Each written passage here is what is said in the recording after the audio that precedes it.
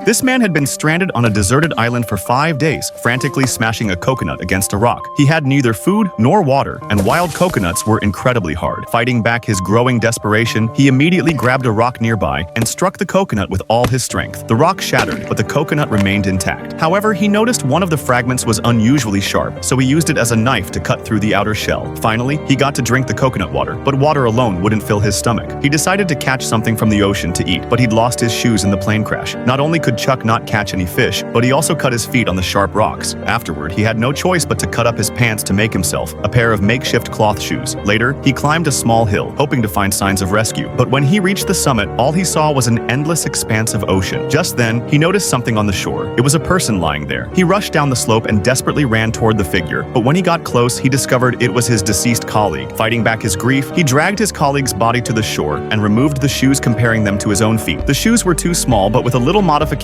he could make them work. Then, in his colleague's shirt pocket, he found a flashlight. Chuck held a funeral for his colleague and carved his name into a rock as a headstone. That night, he kept staring at his wife's photo. Perhaps she was Chuck's only reason to keep living. Just then, Chuck spotted a ship with a faint light out at sea. Instantly excited, he began shouting loudly, but the light was too far away for the ship to hear him. The next morning, Chuck planned to take the life raft and life jacket into the water, but a massive wave pulled him into the deep. Unfortunately, the life raft was punctured by the coral reef, and his feet were cut again. At this point, Chuck fell into despair. In his rage, he grabbed the volleyball from the ground and hurled it as far as he could. But when his anger subsided, he noticed his bloody handprint on the volleyball. Then, an idea struck him. Chuck drew a smiley face on the ball and gave it a name, Wilson.